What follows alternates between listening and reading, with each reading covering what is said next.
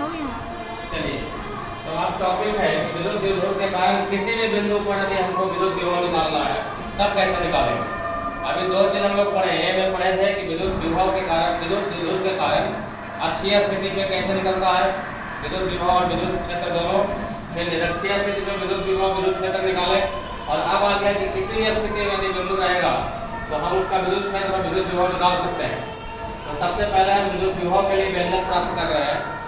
तो लिखे ये है कि ए भी एक विद्युत विध्रुव है, ये ए भी एक विद्युत विध्रुव है, एल एल दूरी है यानी कि 12 और बी के बीच की दूरी है। और इसके केंद्र बिंदु O से r थीटा के पोजीशन पे यानी r थीटा स्थिति पे एक बिंदु P लिया गया। r थीटा का मतलब होता है कि इस केंद्र से r दूरी पे बिंदु P है और थीटा उसके अक्षीय स्थिति से बना हुआ कोण है। ठीक है, तो इसका ये पोलर कोऑर्डिनेट हो गया, ध्रुवीय नियामक जिसको कहते हैं। अब इसी बिंदु पे हमको विद्युत विभव ज्ञात करना है।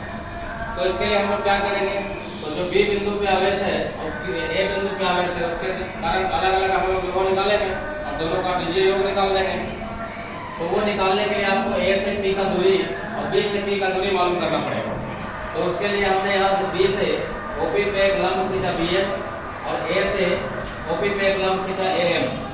ठीक है, अब चूंकि ए और बी एक दूसरे के काफी नजदीक होता है यानी ये 12 का जो मान है बहुत छोटा होता है, इसलिए जो PA का वैल्यू होगा वो लगभग PM के बराबर होगा।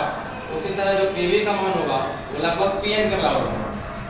ठीक है, तो हम PA निकालने के लिए PM निकालेंगे और PB निकालने के लिए PN निकालेंगे। लेकिन PN पता करने के लिए इस ON का मान मालूम होना जरूरी है, क्योंकि PO तो हमको मालूम है R है। उसी तरह से PN ज्ञात करने के लिए इस ON का पता होना जरूरी है, क्योंकि यदि हम R में OM जोड़ दें तो PM निकल जाएगा। तो हम ये दो छोटे वैल्यू OM और ON का मान निकालेंगे। इन दोनों छोटा छोटा त्रिभुज में साइन या कॉस का वैल्यू यूज करेंगे। तो पहले हम त्रिभुज लिखे BON, देखिए त्रिभुज BON में यदि इसमें इस थीटा के साथ कॉस लेते हैं तो आधार बटा कर्ण यानी कि ON बटा L हो जाएगा। यहाँ से ON का मान निकल गया L cos थीटा। उसी तरह इस त्रिभुज में AOM में यदि हम कॉस लगाते हैं तो इसमें आधार बटा कर्ण यानी OM बटा L हो जाएगा। यहाँ से भी हम cos थीटा को अलग कर दें इसके साथ तो OM मिल गया L cos थीटा। ठीक है, अब ये OM निकल गया तो हम लोग PA और PB का वैल्यू निकालेंगे।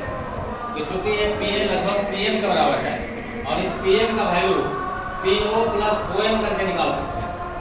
PO है R और OM हम लोग निकाले L cos थीटा, तो रख दिया यानी PA निकल गया R plus L cos theta. उसी तरह से PB निकालने के लिए PN निकालना पड़ेगा और PN होता है OP माइनस ON के बराबर। तो OP में से ON माइनस कर दिया यानी R minus L cos theta. अब ये दोनों दूरी जब हमको मालूम हो गया तो अब इस बिंदु P पर हम कुल विभव निकाल सकते हैं।